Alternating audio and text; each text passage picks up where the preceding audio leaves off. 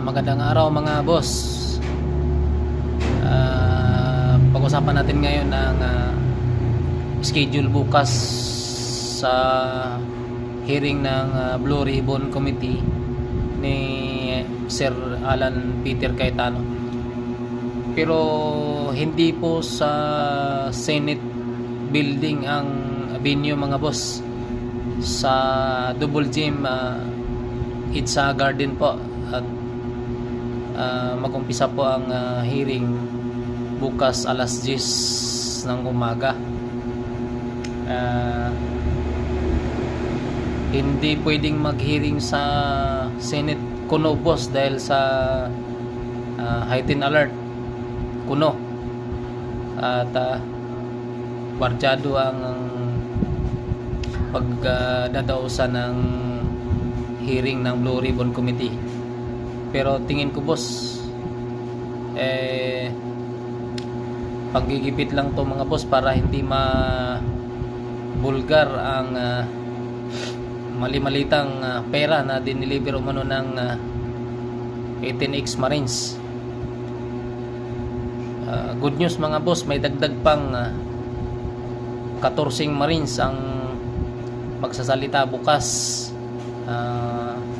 Purong Marines at may 7 pa daw, kaya kabang-abang bukas boss ang mangyayari at ang mga sasabihin ng mga tinawag ni Rafi Tulfo na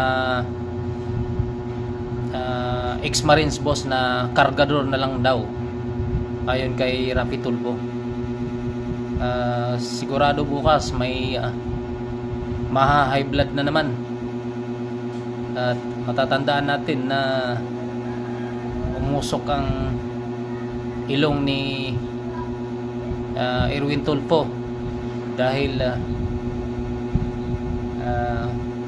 napangalanan siya na diniliveran ng mali-malitang pera plus babae pa, kaya dumating sa point na nagbabanta siya na ipaparisto ang sino mang gawa ng hearing sa Blue Ribbon Committee, pati si Alan Peter Cayetano kanya daw kukuluhan, sisipain palabas. Pero naghingi naman na siya ng tawad mga ma'am sir, pero nasa sa inyo na po yan kung tatanggapin ninyo ang kanyang paghingi ng tawad. Ang ulitin ko mga ma'am sir, ang venue bukas ay sa Double Gym Itza Gardens at yan ang inisponsoran ni Mike Defensor ng Quezon City.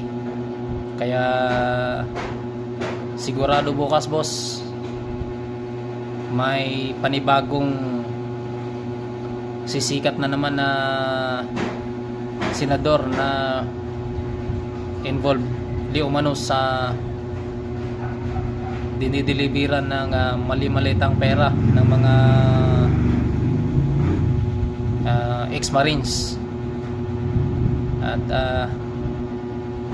hindi na ako makapaghintay kung sino na naman ang uusok ang tenga. Abangan bukas mga ma'am sir at yan, update lang natin. Ulitin ko lang po, hindi po tuloy ang Blue Ribbon Committee hearing sa Senado, kundi ang venue po ay sa Double Gym Itza Garden. Kaya tayong mga sumusuporta sa Cayetano Black, tulungan natin sila na may disseminate ang tamang impormasyon at wag po tayong magpalinlang sa mga sinasabi ng